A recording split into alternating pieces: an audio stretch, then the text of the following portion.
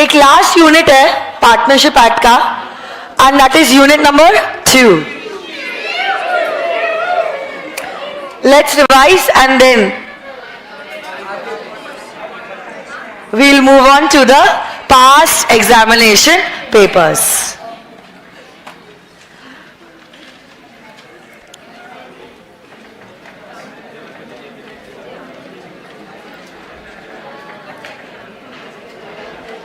Relation of a partner to third parties.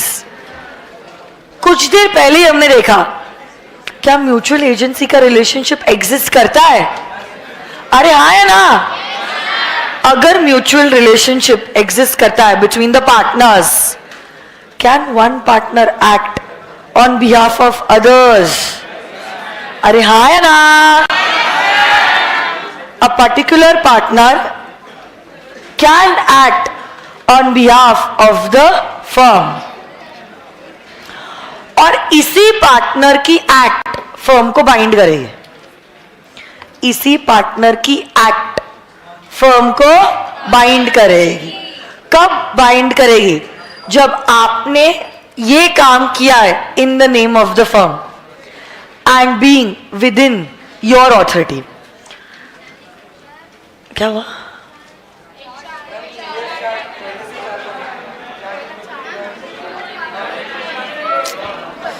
ठीक है, अब वो रिवाइज कर रही थी, मैं सेक्शन अब कंप्लीट कर लेती हूँ, आधा हो चुका है. कुछ चीजें हैं जो इंप्लाइड नेचर में नहीं होती है. अगर आपको ये काम करना है, you have to take express powers. जैसे कि इमूवेबल प्रॉपर्टी को खरीदना, इमूवेबल प्रॉपर्टी को बेचना, किसी के अगेंस्ट केस जो फाइल किया था उसको विड्रॉ करना, किसी की क्लेम को रेलिंक्विश करना, अपने पर्सनल नाम पे बैंक अकाउंट खोलना on behalf of the firm, और entering into a partnership on behalf of the firm, और एडमिटिंग एनी लायबिलिटी. ये चीजें करने का पावर आपके पास इम्प्लाइड नहीं होता है. अगर ये पावर आपको चाहिए, क्या आपको एक्सप्रेसली लेना पड़ेगा. इन्हीं पावर्स को आप बढ़ा भी सकते हो और आप घटा भी सकते हो. इसी को कहते हैं एक्सटेंशन और restriction of the liability. But now if the third party is aware about the restriction, firm liable है या नहीं है? तो फर्म लायबल नहीं होते. But if the third party is not aware about the restriction, then the firm will be liable. ये कुछ section मैंने बीच में से रिवाइज कर लिए, 18, 19, 20, 21 and 22. Now we are actually moving on to chart number 3.4.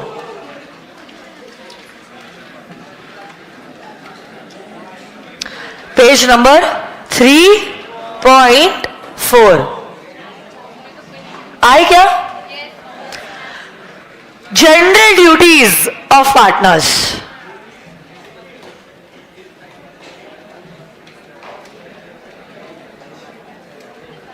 Section number 9. हर एक partner की कुछ जनरल ड्यूटीज होती है. कौन सी जनरल ड्यूटीज होती है? जब कभी भी वो बिजनेस कर रहा है फर्म के बिहाफ पे, he has to think about the greatest common advantage of the, और फिर अपने बारे में सोचना है. साथ साथ में पूरा इंफॉर्मेशन क्या डिस्क्लोज करना पड़ेगा, ट्रू अकाउंट्स क्या रेंडर करना पड़ेगा, and along with that he will also have to be just and faithful to each other. क्या पार्टनरशिप क्रिएट किया गया है on the basis of trust?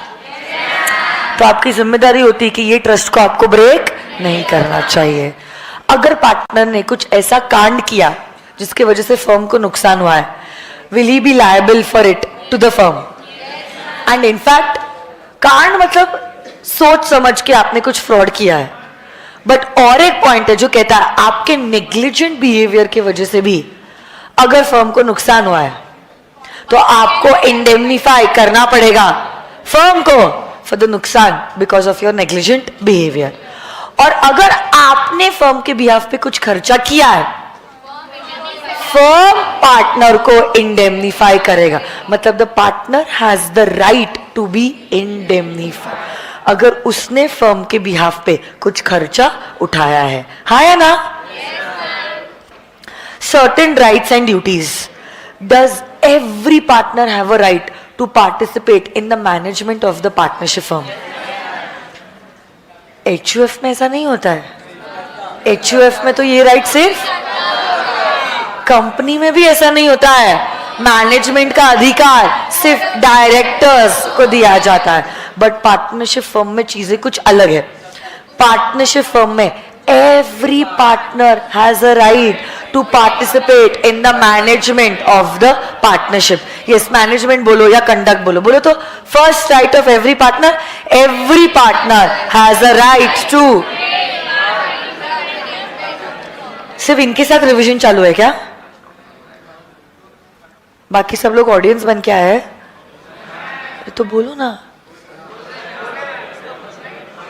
बताओ, point number 1, every partner has a right to take part in the conduct. जब कभी भी आप कोई डिसीजन लेते हो, do you have a right to be consulted? चाहे आप कितने बड़े एक्सपर्ट क्यों ना हो, आप अकेले डिसीजन नहीं ले। You have a right to be consulted, और आपको पूछने के बाद ही जो भी मेजॉरिटी कहता है उसी के हिसाब से डिसीजन लिया जाएगा। यस और नो गाइस?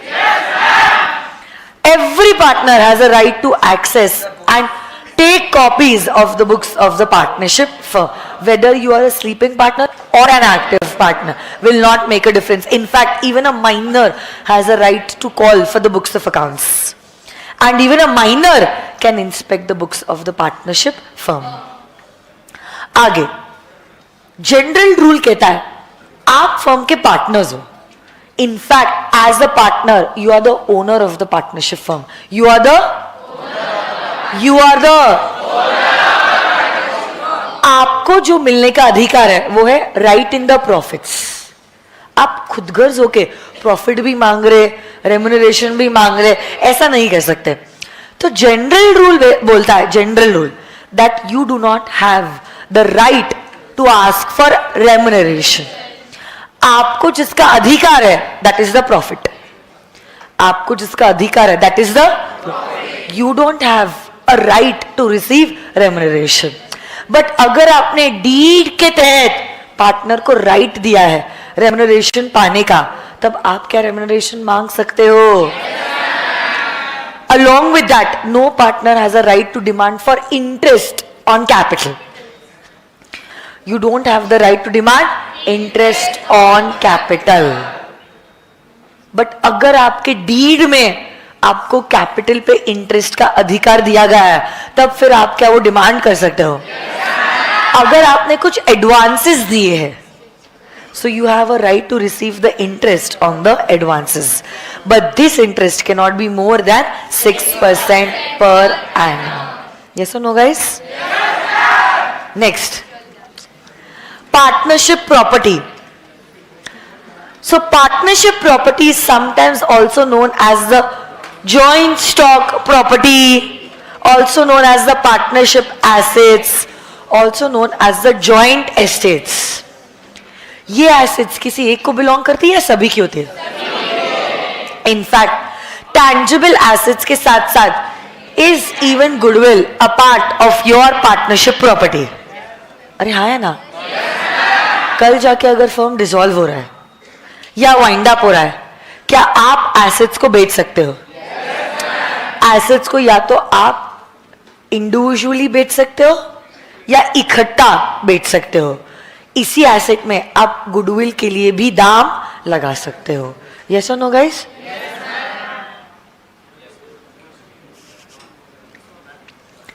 पार्टनर जब कभी भी बिजनेस करता है, खुद के नाम पे बिजनेस करके क्या अपनी जेब में पैसे रख सकता है? अगर उसने ऐसा कुछ कर भी लिया, जितना प्रॉफिट कमाया है क्या फर्म में अकाउंट करना पड़ेगा? जब तक इनफैक्ट वो पार्टनर है, वो कंपीटिंग बिजनेस भी शुरू नहीं कर। कल जाके अगर उसने कंपीटिंग बिजनेस शुरू किया है, while he is a partner in the partnership firm, whatever profit has been earned has to be added in the books, in the profits of the partnership firm. कोई भी नया पार्टनर आया है, existing partner गया है, कोई partner retire हो गया है, नेचर आपने चेंज किया है, इससे फर्क नहीं पड़ता है.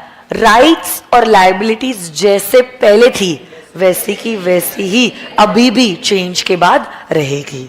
So basically even after their is a change in the firm, नया पार्टनर का आना, पुराने पार्टनर का जाना, बिजनेस चेंज करना, फर्क नहीं पड़ता है. राइट्स और ड्यूटीज जैसे पहले थी वैसी की वैसी ही रहेगी.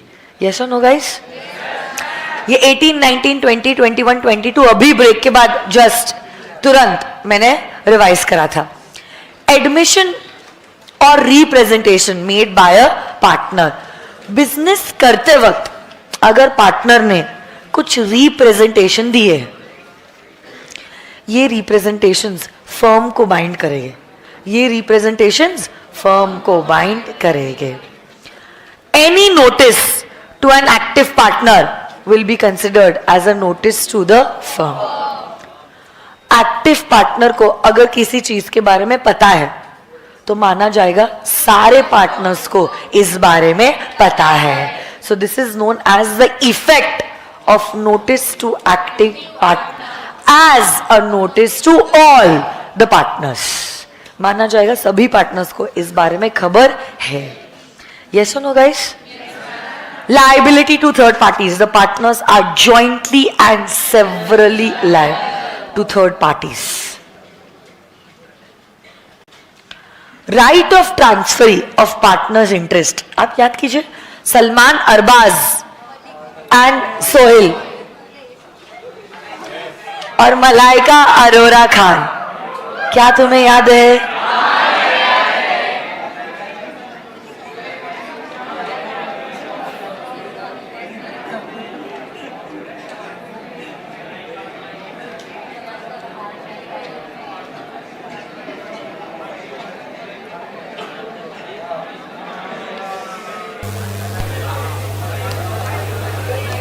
अगर अरबाज चाहे,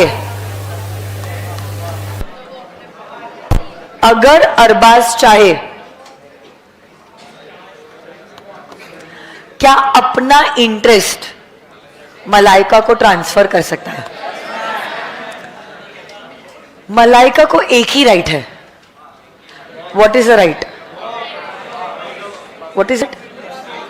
right to claim the profits of the partnership firm. Right to claim the profits. Right to claim the profits. She cannot demand for the books of the partnership firm. She cannot participate in the management of the partnership firm. The only right that she has is right to get the profits of the partnership firm. और winding up के वक्त she has the right to demand the surplus assets. That's it. उसके अलावा और कोई right Malaika को नहीं है. Malaika is the transferee, is the she is the. So this was about section number 29, rights of the transferee. Transferee has only one right, and that is to claim the profits. And on dissolution, surplus assets. She cannot inspect the books, she cannot demand the accounts, she cannot participate in the management of the partnership firm, she cannot challenge the accounts of the partnership. अरे हो कि नहीं?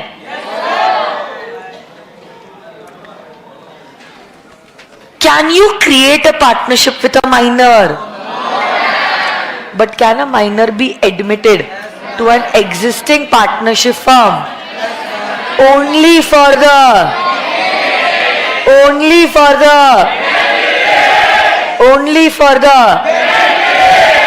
a minor has all the rights to share the profits.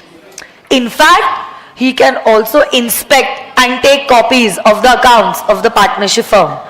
He can sue the other partners for the accounts and for his share. आज वो बालक है, but कल क्या वो मेजर बनेगा? मेजर बनने के बाद या इस फैक्ट के बारे में पता चलने के बाद कि अब वो पार्टनर है with in a period of he has to decide whether he wants to continue in the partnership firm as a partner or he wants to discontinue being a partner. Introduction of a partner.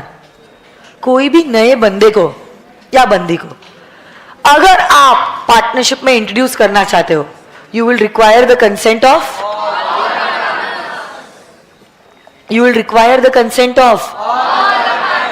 किसी की एक की मर्जी से introduction of a partner नहीं हो सकता है. रिटायरमेंट भी तभी हो सकता है when you are taking the consent of all other partners, तभी आपका रिटायरमेंट इफेक्टिव होगा. बट अगर आप एक्टिव पार्टनर हो तो दूसरे पार्टनर्स को नोटिस देने के साथ साथ आपको पब्लिक नोटिस भी देनी पड़ेगी फॉर रिटायरमेंट. जब तक आपकी पब्लिक नोटिस नहीं मिलती है आपका रिटायरमेंट इफेक्टिव नहीं है. एक्सपल्शन. पहली बात तो expulsion can only be exercise by majority of the partners. आपके पास पावर होना चाहिए to expel the partner and this expulsion shall be done in good faith. Good faith के 3 बच्चे हैं, बोलो. नोटिस देना चाहिए, opportunity of being heard, and this expulsion shall be in the interest of the partnership firm. जैसे ही कोई person insolvent declare होता है, the firm will have to go for a dissolution. But अगर आपने स्पेसिफिकली अग्री किया है किसी partner के इंसॉल्वेंसी से फर्म डिसॉल्व नहीं होगा तो remaining partners can continue the business. अरे ऐसा ना होगा इस वैसे ही कोई पार्टनर की डेथ हो जाती है, उसके डेथ से फर्म भी डिसॉल्व. बट अगर आपने स्पेसिफिकली अग्री किया है कि नहीं जिसकी डेथ हुई, जो जाने वाला था वो तो चले गया, बट सर्वाइविंग पार्टनर्स कंटिन्यू करेंगे, तो क्या सर्वाइविंग पार्टनर्स बिजनेस को कंटिन्यू कर सकते हैं? आप आउटगोइंग पार्टनर हो, जनरल रूल कहता है outgoing partner same business carry out नहीं कर सकता. बट अगर उसने कुछ चीजों का ख्याल रखा, he is not using the firm name, he is not representing himself as a partner, he is not trying to solicit the customers, तो ऐसे केस में he may start a competing business. But अगर आप चाहो आप partner के ऊपर restraint and trade का अग्रीमेंट लगा सकते हो, और ये रिस्ट्रेंट ऑफ ट्रेड का अग्रीमेंट अगर रीजनेबल समय और रीजनेबल जगह पे लगाया गया है, ऐसा अग्रीमेंट वैलिड है. आप उसको रिस्ट्रिक्ट कर रहे हो बिजनेस करने से तो भी वैलिड है, तो भी because it's acting as one of the exceptions of restraint of trade, Indian Contract Act 1872. Agreement expressly declared as void, restraint of trade. उसके 3 एक्सेप्शन, उसमें से ये एक एक्सेप्शन है.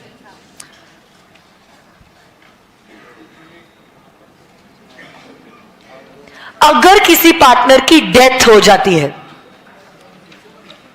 उसके लीगल रिप्रेजेंटेटिव क्या प्रॉफिट का हिस्सा मांग सकते हैं जब तक अकाउंट सेटल नहीं होता है? या तो फिर they can also demand interest at the rate of 6% पर annum. So whatever is the financially good decision will be taken by the legal representatives of the deceased partner. अगर आपने कंटिन्यूइंग गारंटी दी है फर्म को और कुछ reconstitution हो जाता है फर्म में, तो वो गारंटी का कॉन्ट्रैक्ट भी रिवोक हो जाता है फॉर ऑल फ्यूचर ट्रांजैक्शंस.